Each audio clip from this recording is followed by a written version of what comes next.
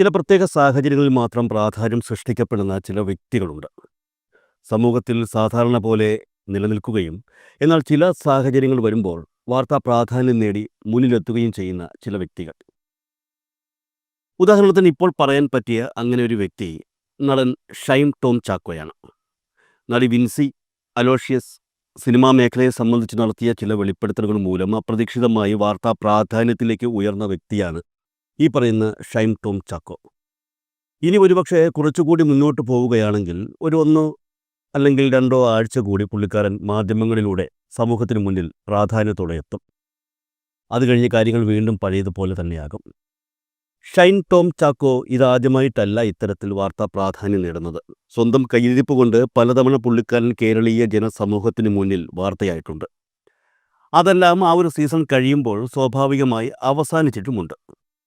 ഷൈൻ്റെ കാര്യം അവിടെ നിൽക്കട്ടെ. പറഞ്ഞു വന്നത് മറ്റൊരു കാര്യത്തെക്കുറിച്ചാണ്. ഞാൻ നേരത്തെ പറഞ്ഞതുപോലെ ചില പ്രത്യേക സാഹചര്യങ്ങളിൽ മാത്രം വാർത്ത സൃഷ്ടിക്കപ്പെടുന്ന ചില വ്യക്തികളിൽ ഒരാളെക്കുറിച്ച്. അത്തരത്തിൽ കേരളത്തിലെ രാഷ്ട്രീയ രംഗത്ത് ഒരു വലിയ ഉദാഹരണമായി ഇപ്പോൾ ഉയർത്തിക്കാട്ടാൻ കഴിയുന്ന വ്യക്തി നമ്മുടെ എല്ലാവരുടെയും മനസ്സിലുള്ള സാക്ഷാൽ PV അൻവർ തന്നെയാണ്. ഒരു കോൺഗ്രസ് കുടുംബത്തിൽ ജനിച്ച PV അൻവർ പിന്നീട് K കരുണാകരൻ രൂപം നൽകിയ DICയിലേക്ക് മാറുകയും അതിനുശേഷം ആ രാഷ്ട്രീയം ഉപേക്ഷിച്ച് 2011 ഏറനാട് നിയമസഭാ നിയോജക മണ്ഡലത്തിൽ നിന്നും സ്വതന്ത്ര സ്ഥാനാർത്ഥിയായി മത്സരിച്ച് തിരഞ്ഞെടുപ്പ് രാഷ്ട്രീയ രംഗത്തേക്ക് എത്തുകയും ചെയ്തു. 2014 വയനാട് ലോക്സഭാ മണ്ഡലത്തിൽ നിന്നും സ്വതന്ത്ര സ്ഥാനാർത്ഥിയായി PV അൻവർ മത്സരിച്ച് പരാജയപ്പെടുന്നതുവരെ ഒരു സാധാരണ രാഷ്ട്രീയ നേതാവിന് ലഭിക്കുന്ന മാധ്യമ പരിഗണനകൾ തന്നെയാണ് അൻവറിന് ലഭിച്ചുകൊണ്ടിരുന്നത്. കേരളത്തിലെ മാധ്യമങ്ങൾക്ക് അൻവർ ഒരു വലിയ വാർത്തയാകുന്നത് 2016 CPM പിന്തുണയോടെ നിലമ്പൂർ നിയമസഭാ നിയോജക മണ്ഡലത്തിൽ നിന്നും സ്വതന്ത്ര സ്ഥാനാർത്ഥിയായി മത്സരിച്ച PV അൻവർ അന്ന് വൻ ഭൂരിപക്ഷത്തിൽ വിജയിക്കുകയായിരുന്നു. നിലമ്പൂർ പോലെ കോൺഗ്രസ് വർഷങ്ങളോളം കുത്തകയാക്കി വച്ചിരുന്ന ഒരു കോൺഗ്രസ് അനുകൂല മണ്ഡലത്തിൽ കോൺഗ്രസ് സ്ഥാനാർത്ഥിയെ തോൽപ്പിച്ച് ഒരു ഇടതുപക്ഷ സ്വതന്ത്രൻ വൻ ഭൂരിപക്ഷത്തിൽ വിജയിക്കുക എന്ന് പറഞ്ഞാൽ അതന്ന് മാധ്യമങ്ങൾക്ക് ഒരു വലിയ വാർത്ത തന്നെയായിരുന്നു. തൊട്ടടുത്ത തവണ, അതായത് 2021 നടന്ന നിയമസഭാ തെരഞ്ഞെടുപ്പിൽ വീണ്ടും നിലമ്പൂർ നിയോജക മണ്ഡലത്തിൽ നിന്നും അൻവർ തിരഞ്ഞെടുക്കപ്പെട്ടു. ഭൂരിപക്ഷം കുത്തനെ ഇടിഞ്ഞെങ്കിലും വ്യക്തമായ മാർജിനിലുള്ള വിജയം തന്നെയായിരുന്നു അന്ന് ലഭിച്ചത്. ഈ സമയത്തൊക്കെ അൻവർ വാർത്തയാണ്. അത്തരത്തിൽ വാർത്തയായതിന് മറ്റൊരു കാരണം കൂടിയുണ്ട്. അൻവർ ജനിച്ചു വളർന്നത് ഒരു കോൺഗ്രസ് അനുകൂല രാഷ്ട്രീയ സാഹചര്യത്തിലാണെങ്കിലും 2016 അദ്ദേഹം ഇടതുപക്ഷ അനുഭാവം പുലർത്തി തുടങ്ങിയതോടെ ഒരു പക്കാ ഇടതുപക്ഷ നേതാവായി അദ്ദേഹം മാറിയിരുന്നു. സോഷ്യൽ മീഡിയയിൽ സജീവമായിട്ടുള്ള ഇടതുപക്ഷ അനുഭാവികളെ പൊതുവെ കടന്നലുകൾ എന്നാണ് വിശേഷിപ്പിക്കുന്നത്. ഈ കടന്നൽ കൂട്ടത്തിൻ്റെ നേതൃത്വം സ്വയം ഏറ്റെടുത്തുകൊണ്ട് നടന്ന വ്യക്തിയാണ് അൻവർ. ആരെയും ചോദ്യം ചെയ്യുന്ന ഒരു വ്യക്തിത്വമായിരുന്നു 2016 മുതൽ അൻവർ എഴുതുന്നത് വായിക്കാനും സംസാരിക്കുന്നത് കേൾക്കാനും അദ്ദേഹത്തിന് പിന്തുണ നൽകാനുമായി ആയിരക്കണക്കിന് ഇടതുപക്ഷ പ്രവർത്തകർ സമൂഹ മാധ്യമങ്ങളിൽ സജീവമായി ഉണ്ടായിരുന്നു. CPMനെതിരെ പരസ്യമായി യുദ്ധം പ്രഖ്യാപിച്ച പ്രമുഖ ഓൺലൈൻ മാധ്യമങ്ങളെ പിന്നാലെ നടന്ന് ശല്യപ്പെടുത്തി വേട്ടയാടി ഇടതു പ്രവർത്തകരുടെ കയ്യടി ആവോളം അൻവർ വാങ്ങിച്ചു. ചുരുക്കി പറഞ്ഞാൽ 2016 മുതൽ 2024 പകുതി വരെ സമൂഹ മാധ്യമങ്ങളിൽ സജീവമായിട്ടുള്ള CPM പ്രവർത്തകരുടെ ആരാധനാപാത്രം കൂടിയായിരുന്നു ഈ പറയുന്ന PV അൻവർ. 2016 മുതൽ 2024 വരെയുള്ള കാലഘട്ടത്തിൽ പലതവണ PV അൻവർ കേരളീയ സമൂഹത്തിന് മുന്നിൽ വാർത്താ പ്രാധാന്യം നേടി കടന്നു വന്നിട്ടുണ്ട്. 2014 അവസാനത്തോടു കൂടി CPMുമായുള്ള എല്ലാ ബന്ധവും അവസാനിപ്പിച്ച PV അൻവർ DMK എന്ന ഒരു സംഘടന ആരംഭിക്കുകയും പിന്നീട് ആ സംഘടന പിരിച്ചുവിട്ട് തൃണമൂൽ കോൺഗ്രസിൻ്റെ കേരള ഘടകം ഇവിടെ കൊണ്ടുവരികയും ചെയ്തു. അതിനിടയിലാണ് PV അൻവർ രാജിവെച്ച നിലമ്പൂർ നിയമസഭാ മണ്ഡലത്തിലേക്കുള്ള ഉപതെരഞ്ഞെടുപ്പ് എത്തുന്നത്. അതോടുകൂടി അദ്ദേഹം വീണ്ടും വാർത്തകളിൽ നിറഞ്ഞു. കോൺഗ്രസ് പാർട്ടിയിൽ സ്ഥാനാർത്ഥിയാകാൻ PV അൻവറിൻ്റെ പിന്തുണ ആർക്കാണെന്നുള്ള ഒരു പ്രത്യേക പ്രശ്നം ഉയർന്നു വന്നതോടെയാണ് ഇദ്ദേഹം വീണ്ടും വാർത്തകളിലേക്ക് എത്തുന്നത്. എന്തായാലും നിലമ്പൂർ നിയമസഭാ തിരഞ്ഞെടുപ്പിൻ്റെ വോട്ടെണ്ണൽ തീയതികൾ ഈ ആഴ്ച തന്നെ പ്രഖ്യാപിക്കുമെന്നുള്ള കാര്യം ഉറപ്പാണ്. അതോടുകൂടി PV അൻവർ എന്ന വ്യക്തി സമൂഹ മാധ്യമങ്ങളിൽ വീണ്ടും സജീവമാകും. നിലമ്പൂർ നിയമസഭാ ഉപതെരഞ്ഞെടുപ്പിൻ്റെ വോട്ടെണ്ണൽ നടക്കുന്നതുവരെ PV അൻവർ എന്ന വ്യക്തി മാധ്യമ വാർത്തകളുടെ മുൻനിരയിൽ തന്നെ കാണും എന്ന കാര്യം നമുക്ക് ഉറപ്പിക്കാം. ഈ സാഹചര്യത്തിലാണ് അൻവർ എന്ന രാഷ്ട്രീയക്കാരനെ അല്ലെങ്കിൽ വ്യക്തിയെ സംബന്ധിച്ച് ഒരു ചോദ്യം പ്രധാനമായും ഉയർന്നു വരുന്നത്. നിലമ്പൂർ നിയമസഭാ ഉപതെരഞ്ഞെടുപ്പ് അവസാനിച്ചു കഴിഞ്ഞാൽ എന്തായിരിക്കും PV അൻവറിൻ്റെ ഭാവി? കേരള രാഷ്ട്രീയ രംഗത്ത് ശബ്ദമുള്ള ഒരാളായി അദ്ദേഹം രാഷ്ട്രീയ രംഗത്ത് തുടരുമോ? അതോ അദ്ദേഹത്തിൻ്റെ രാഷ്ട്രീയ ജീവിതം അപ്രസക്തമാകുമോ എന്നുള്ളതൊക്കെയാണ് സ്വാഭാവികമായും സാധാരണക്കാരുടെ മനസ്സിലുയരുന്ന ചോദ്യങ്ങൾ. ഈ ചോദ്യങ്ങൾക്ക് ഉത്തരങ്ങളുമായാണ് പൊതുപ്രവർത്തകയും മുൻ വെൽഫെയർ പാർട്ടി നേതാവുമായ ശ്രീജ നെയ്യാറ്റിങ്കര ഫേസ്ബുക്കിൽ ഒരു കുറിപ്പ് പങ്കുവച്ചിരിക്കുന്നത്. ഈ കുറിപ്പ് വായിച്ചാൽ കൃത്യമായി നമുക്ക് മനസ്സിലാകും PV അൻവർ എന്ന വ്യക്തിക്ക് ഇനി എന്താണ് സംഭവിക്കുക എന്ന്. ഈ ശ്രീജ നെയ്യാറ്റിങ്കരയെക്കുറിച്ച് പറയുമ്പോൾ ഒരു കാര്യം കൂടി പ്രത്യേകം പറയേണ്ടതുണ്ട്. തൻ്റെ നിലപാടുകൾ ഉയർത്തിപ്പിടിച്ചുകൊണ്ട് വെൽഫെയർ പാർട്ടി നേതൃത്വത്തിൽ നിന്നും രാജിവെച്ച വ്യക്തി കൂടിയാണ് ശ്രീജ. താൻ എന്തുകൊണ്ട് വെൽഫെയർ പാർട്ടി അംഗത്വം രാജിവെച്ചു എന്നുള്ളത് സംബന്ധിച്ച് കൃത്യമായ വിശദീകരണവും അവർ പല അഭിമുഖങ്ങളിലും നൽകിയിട്ടുണ്ട്. അതവിടെ നിൽക്കട്ടെ. നമ്മൾ പറഞ്ഞു വന്നത് PV അൻവറിൻ്റെ രാഷ്ട്രീയ ഭാവി സംബന്ധിച്ച് ശ്രീജ സമൂഹ മാധ്യമത്തിൽ പ്രസിദ്ധീകരിച്ച കുറിപ്പിനെക്കുറിച്ചാണ്. വളരെ പ്രസക്തമായ നിരീക്ഷണമാണ് അവർ ഇക്കാര്യത്തിൽ നടത്തിയിട്ടുള്ളത്. ശ്രീജ നെയ്യാറ്റിങ്കര പറയുന്നത് ഇങ്ങനെയാണ്: PV അൻവറിൻ്റെ ഫേസ്ബുക്ക് പോസ്റ്റ് കണ്ടപ്പോൾ എനിക്ക് ഓർമ്മ വന്നത് എൻ്റെ നാട്ടുകാരൻ കൂടിയായ മുൻ MLA ആർ സെൽവരാജിനെയാണ്.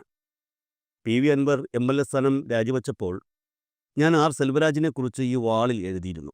ഒരു സുപ്രഭാതത്തിൽ CPMൽ നിന്നും MLA സ്ഥാനത്തു നിന്നും രാജിവെച്ച് UDF പാളയത്തിലെത്തിയ രാഷ്ട്രീയ നേതാവ്. നെയ്യാറ്റിങ്കരക്കാരിയായ എന്നെ അക്ഷരാർത്ഥത്തിൽ ഞെട്ടിച്ച രാജിയായിരുന്നു സെൽവരാജിൻ്റേത്.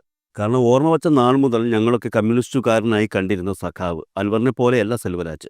അദ്ദേഹം CPM മെമ്പറായിരുന്നു. ദീർഘകാലം CPMൻ്റെ പാറശാല ഏരിയ സെക്രട്ടറി ആയിരുന്ന സഖാവ്. CPM തിരുവനന്തപുരം ജില്ലാ കമ്മിറ്റിയിൽ ഉണ്ടായിരുന്ന സഖാവ്. എനിക്കിപ്പോഴും ഓർമ്മയുണ്ട്. ഞാൻ 10ാം ക്ലാസ്സിൽ പഠിക്കുമ്പോഴാണ് സെൽവരാജ് ആദ്യമായി പാറശാല നിയമസഭാ മണ്ഡലത്തിൽ നിന്നും നിയമസഭയിലേക്ക് മത്സരിക്കുന്നത്. എന്നാൽ അന്ന് UDFലെ സുന്ദരൻ നാടാരോട് പരാജയപ്പെട്ട സെൽവരാജ് തൊട്ടടുത്ത തിരഞ്ഞെടുപ്പിൽ, അതായത് 2006 നിയമസഭാ തിരഞ്ഞെടുപ്പിൽ അതേ സുന്ദരൻ നാടാരെ പരാജയപ്പെടുത്തി കേരള നിയമസഭയിലെത്തി. തുടർന്ന് 2011 നെയ്യാറ്റിങ്കര മണ്ഡലത്തിൽ UDFലെ തമ്പാനൂർ രവിയെ പരാജയപ്പെടുത്തി 6000-ലധികം വോട്ടുകളുടെ ഭൂരിപക്ഷത്തിൽ വിജയിച്ച സെൽവരാജ് 2012 മാർച്ച് 9 CPMൽ നിന്ന് രാജിവെച്ചു. ആത്മഹത്യ ചെയ്യേണ്ടി വന്നാലും UDFൽ ചേരില്ല എന്ന് മാധ്യമങ്ങളോട് പ്രതികരിച്ച സെൽവരാജിനെ രാഷ്ട്രീയ കേരളം ഓർക്കുന്നുണ്ടാകും. എന്നാൽ അധികം താമസിയാതെ സെൽവരാജ് UDF പാളയത്തിലെത്തി. തുടർന്ന് നടന്ന ഉപതെരഞ്ഞെടുപ്പിൽ UDF സ്ഥാനാർത്ഥിയായി മത്സരിച്ച സെൽവരാജ് വിജയിക്കുകയും ചെയ്തു. എന്നാലോ 2016 നടന്ന നിയമസഭാ തെരഞ്ഞെടുപ്പിൽ നെയ്യാറ്റിങ്കര മണ്ഡലം സെൽവരാജിൻ്റെ കയ്യിൽ നിന്നും LDF പിടിച്ചെടുത്തു. അവിടെ തീർന്നു സെൽവരാജിൻ്റെ രാഷ്ട്രീയ പ്രസക്തി. ശ്രീജ നെയ്യാറ്റിങ്കരയുടെ പോസ്റ്റ് ബാക്കി കൂടി വായിക്കുന്നതിന് മുൻപ് അനുബന്ധമായി കുറച്ചു കാര്യങ്ങൾ കൂടി സൂചിപ്പിക്കണം. 2006 മുതൽ 2011 വരെ കേരളം ഭരിച്ച VS അച്യുതാനന്ദൻ്റെ നേതൃത്വത്തിലുള്ള LDF സർക്കാരിന് പിന്നാലെ അധികാരത്തിലെത്തിയത് ഉമ്മൻചാണ്ടിയുടെ നേതൃത്വത്തിലുള്ള UDF സർക്കാരായിരുന്നു. നേരിയ ഭൂരിപക്ഷത്തിൽ, അതായത് വെറും 4 സീറ്റുകളുടെ ഭൂരിപക്ഷത്തിലാണ് അന്ന് ഉമ്മൻചാണ്ടി സർക്കാർ അധികാരത്തിലെത്തിയത്. UDFന് 70 സീറ്റുകൾ നേടിയപ്പോൾ LDF 68 സീറ്റുകൾ അന്ന് നേടി. UDF സർക്കാർ അധികാരത്തിലെത്തി 1 വർഷം കഴിഞ്ഞപ്പോൾ കേരള രാഷ്ട്രീയത്തെ പിടിച്ചുകുലുക്കിയ അക്കാര്യം സംഭവിച്ചു. നെയ്യാറ്റിങ്കര നിയമസഭാ നിയോജക മണ്ഡലത്തിൽ നിന്നും CPM സ്ഥാനാർത്ഥിയായി വിജയിച്ച ആർ സെൽവരാജ് CPMൽ നിന്നും രാജിവെച്ചു.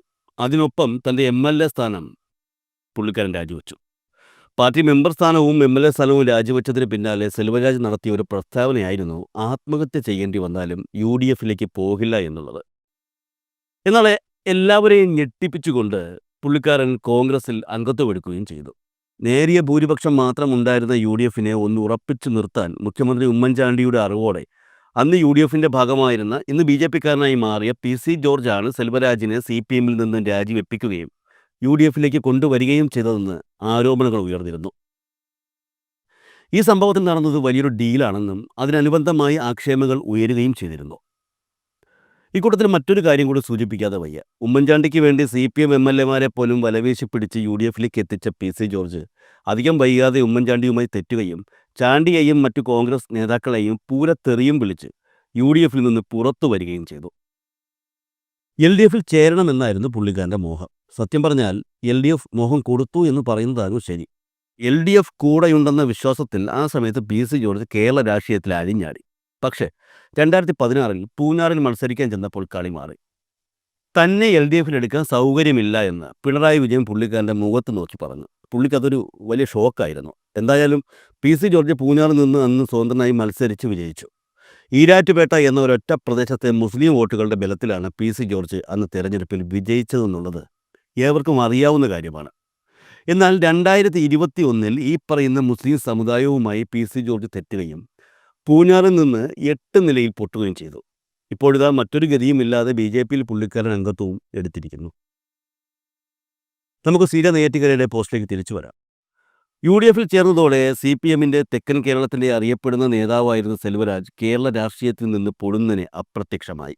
അക്ഷരാർത്ഥത്തിൽ അയാൾ രാഷ്ട്രീയ ആത്മഹത്യ ചെയ്യുകയായിരുന്നുവെന്ന് കാലം തെളിയിച്ചു. അന്ന് സെൽവരാജിനോട് എന്ത് നിലപാടാണോ CPM സ്വീകരിച്ചത്, അതേ നിലപാടാണ് ഇപ്പോൾ PV അൻവറിനോടും CPM സ്വീകരിക്കുന്നത്. അവഗണനയും പരിഹാസവും. ഇന്ന് രാഷ്ട്രീയ കേരളത്തിൻ്റെ ഓർമ്മയിൽ പോലും സെൽവരാജ് എന്ന നേതാവില്ല. ഒരു പ്രബല ഭരണവർഗ പാർട്ടിയിൽ ചേക്കേറിയിട്ട് പോലും അയാൾക്ക് രാഷ്ട്രീയമായി നിലനിൽക്കാൻ കഴിഞ്ഞില്ല. സെൽവരാജ് എവിടെയാണെന്ന് കോൺഗ്രസ്സുകാർക്കെങ്കിലും അറിയാമോ? അയാളെ കോൺഗ്രസ്സുകാരെങ്കിലും ഓർക്കുന്നുണ്ടാകുമോ? സീര നെയ്യാറ്റിൻകര ചോദിക്കുന്നു. PV അൻവറിൻ്റെ അവസ്ഥ സെൽവരാജിനേക്കാൾ പരമദയനീയമായിരിക്കും. മസ്തിഷ്കം ഉപയോഗിക്കാൻ ശേഷിയില്ലാതെ പരാജയപ്പെട്ടുപോയ ഒരു രാഷ്ട്രീയ നേതാവാണ് PV അൻവർ. ഒരു കാലത്ത് എങ്ങനെ നടന്നിരുന്ന മനുഷ്യനാണ്. സത്യത്തിൽ കഷ്ടം തോന്നുന്നു. സ്വന്തമായിട്ട് ഒരു രാഷ്ട്രീയ ദർശനവും കയ്യിലില്ലാതെ മീഡിയകളുടെയും പണത്തിൻ്റെയും പിൻബലത്തിൽ മാത്രം നിലനിൽക്കുന്ന ഒരാളാണ് PV അൻവർ. സോഷ്യൽ മീഡിയയിൽ പോലും സ്വന്തം റിസ്കിൽ നിലനിൽക്കാൻ അയാൾക്ക് കഴിയില്ല. കാരണം അയാളെ സോഷ്യൽ മീഡിയയിൽ നിലനിർത്തിയിരുന്നത് പാർട്ടി അണികളാണ്. അതിൻ്റെ ഏറ്റവും വലിയ ഉദാഹരണമാണ് LDF വിട്ട ശേഷമുള്ള അയാളുടെ സോഷ്യൽ മീഡിയ പേജിൻ്റെ അവസ്ഥ.